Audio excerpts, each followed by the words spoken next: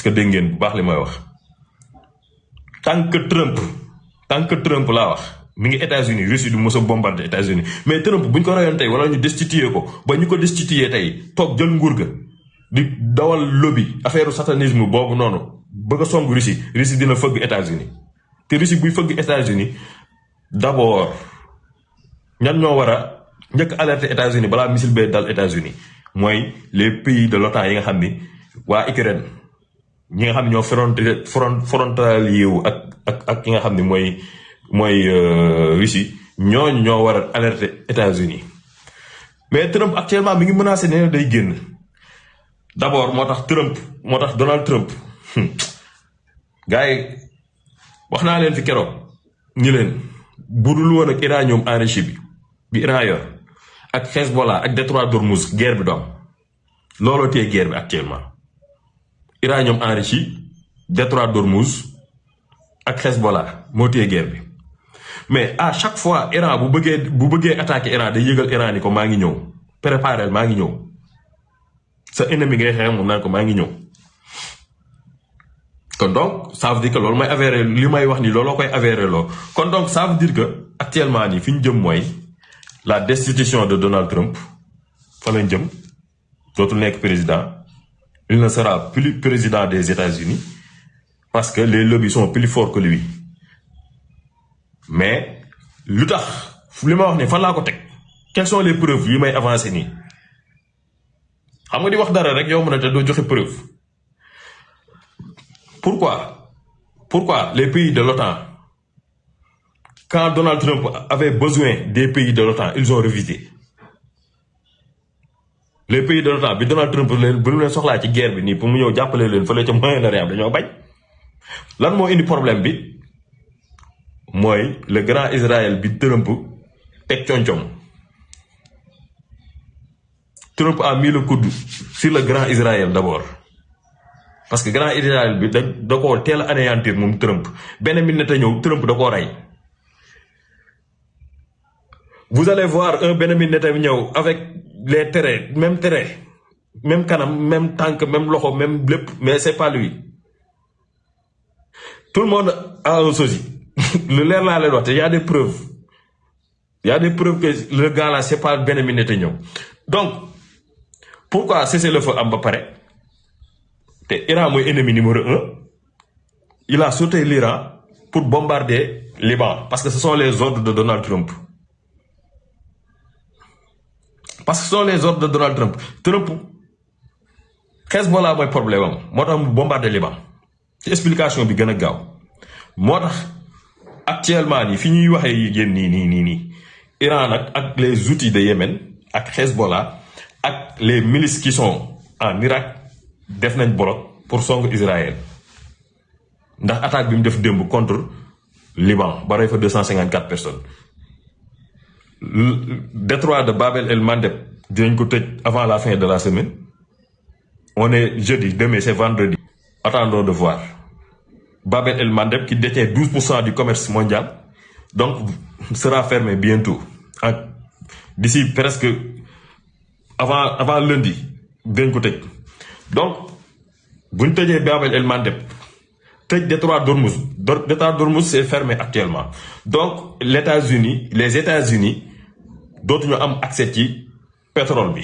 bi les pétrole dollar boobu bi ñuy wax dafay yàqu kon donc Greenland mu fi sës pour lan néodyme ba fa nekk nga xam ne dafa am doole lool te des radiateurs éoliens des véhicules électriques des industries yi nga xamante ni te courant la ñuy consommer yooyu yëpp da koy mën a alimenter donc mooy dernier recours États-Unis actuellement donc mais actuellement nii fi may wax ak yow Trump su amul chance dëgg dañ koy wàcce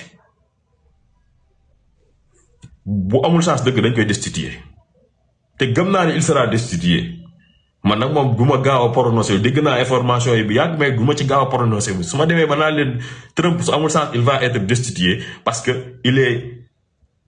est en conflit avec l'OTAN. Il est en conflit avec l'OTAN, avec Emmanuel Macron, avec le Japon, il est en conflit avec tout le monde. Actuellement, même Ukraine et tout sont contre Trump, mais pas contre les États-Unis. Trump et États-Unis, c'est diamétralement opposé. Donald Trump, ce que je veux vous expliquer, pour bien comprendre comment gao, Donald Trump et les États-Unis, c'est diamétralement opposé. États-Unis, c'est l'État, avec les lobbies, avec les sectes, avec les agendas.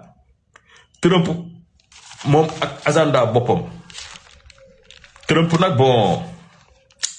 bu amul sens dañ koy wàcce, bu ñàkkee sens dëgg dañ koy rey. Ah yàllaa xam xamuñu nag ba xam dina faatu wala du faatu, mais yàllaa xam il sera tué ou pas, non c'est Dieu seul sait. Mais su amul sens li bu ñàkkee sens dëgg destitution la jëm, su ñàkkee sens dëgg il sera tué. Parce que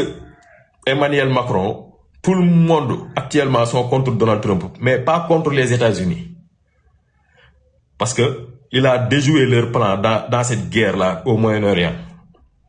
Donc, film Tony, film may wax ak yow.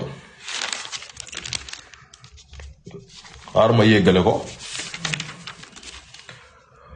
Trump annonce encore vouloir quitter l'OTAN. Mark Rutte, secrétaire général, a été reçu par Trump à la Maison-Blanche. Ancien PM des Pays-Bas.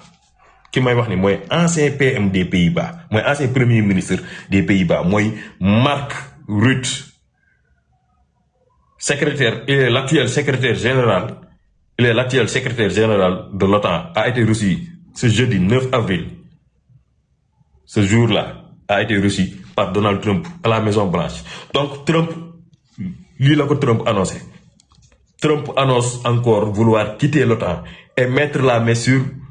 Greenland. Greenland, moom laa doon expliquer di détailler ni explication yi détaillé yooyu la. Kon donc ñoom ñoo ngi koy avertir.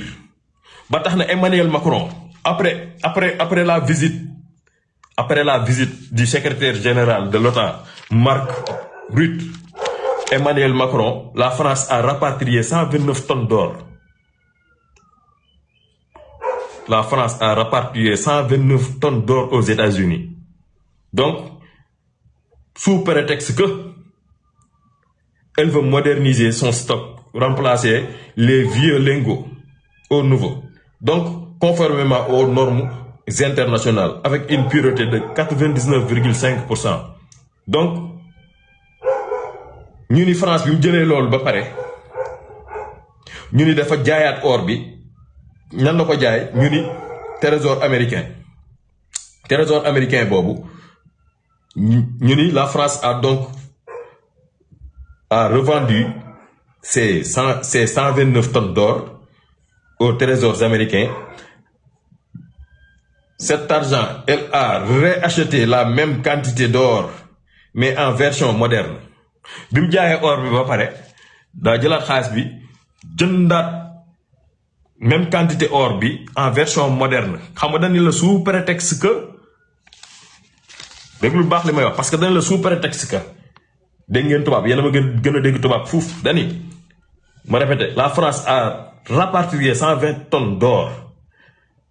aux États-Unis. Ñu ni sous prétexte que elle veut moderniser son stock, remplacer les vieux lingots aux nouveaux, conformément aux normes internationales, avec une pureté de 99,5%. Ñu tegaat ci ni la France a donc revendu ces 129 tonnes d'or aux trésors américains. Avec cet argent, elle a réacheté la même quantité d'or, mais en version moderne. Parce que il y a le prétexte d'abord. Prétexte bi mooy dafa ko bëgg moderniser. Moo tax bi ko jaayee ba pare dafa jël xaalis bi jëndaat ay lingots yoo xam ni ci même quantité tonne boobu 129 tonnes d'or yi da koo jëndaat ci ay lingots yu bees. Mais lingots yu bees yooyu mu jëndaat da koo yóbbu. Kon prétexte la woon.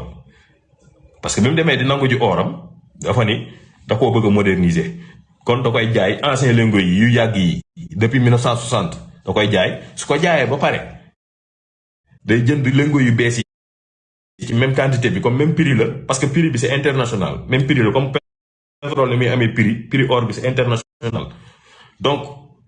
ñu ni la benn tonne d'or mi ngi jar 130 à 132 millions de dollars benn tonne 130 à 132 millions de dollars soit 85 milliards de francs CFA par tonne et 46 millions par kilogramme 46 millions de francs CFA je veux dire 85 milliards de francs CFA le kilogramme 46 millions de francs CFA 85 millions c'est pour une tonne 46 millions c'est le kilogramme en francs CFA donc mu jaayaat loolu ba pare bu ñu ko jaayaatee même quantité or bi mu nekk ay lingots yu bees yi gën a moderne yi nga xam ne boo conformé ak kii norme internationale dafa jël or ba yóbbu te bi muy yóbbu or ba Banque de France actuellement mi ngi téye 2437 tonnes d'or kon donc ñoom génn nañ ci Donald Trump ba pare kon donc dernier avertissement jox nañ ko tey moom Donald Trump les pays de l'OTAN donnent leur dernier avertissement à Donald Trump tey jii le jeudi 9 avril 2026 soo leen paree ngeen dem gëstu ji li may wax tey jii lañ ko jox dernier avertissement te avertissement bi lan la woon mooy de secrétaire bu mag bi mooy ñëw secrétaire général de l'ONU mooy ñëw muy Mark Rutte a été reçu par Donald Trump aujourd'hui pour lan pour delloo si États-Unis delloo Donald Trump ci biir groupe bi Trump bañ na nee na dina dem jëlee ji Greenland donc gars yi xaar ma résumé tey live bi dafa xaw a kii ngeen baal ma ko dama xaw a tas quoi donc damay ñëwaat ci début bi après ma jël gars yi ñu xam nga bàyyi ba suba xañ na suba je vais venir avec de meilleures formes quoi mais aujourd'hui moom bon je ne suis pas en forme quoi c'est vrai dama noonu laa yewoo xam nga c'est ce qui se passe léegi Trump tamit bala may dem foofu xaaral ma ñëw Trump tamit mi ngi proposer un joint venture pour le détroit d'Ormuz joint venture mooy lan joint venture pour le détroit d'Ormuz mooy lan joint venture pour le détroit d'Ormuz c'est une sorte de co-entreprise pour mettre en place un péage sur le détroit waaw co-entreprise pour mettre en place un péage sur le détroit donc comme Iran nee na bateau yu fay jaar da ngeen di fay 2 millions de dollars par bateau Trump nee na xam na ne mënul jot ci détroit bi de mais day naan non léegi nañ def benn co-entreprise comme moom businessman la moom dafa am ne président sax businessman la léegi nañ bokk liggéey bi nga am fa ay part comme entreprise rek exemple bi gën a gaaw kii am part yow nga am fa ay part léegi yéen ñaar yéenay séddoo part yi quoi nee na mook Iran nañ séddoo part yi ñuy def benn péage biir détroit d'Ormuz ñuy séddoo part yi parce que dafa muus xool na stratégie yëpp mënul récupérer détroit bi léegi nañ def joint venture léegi mooy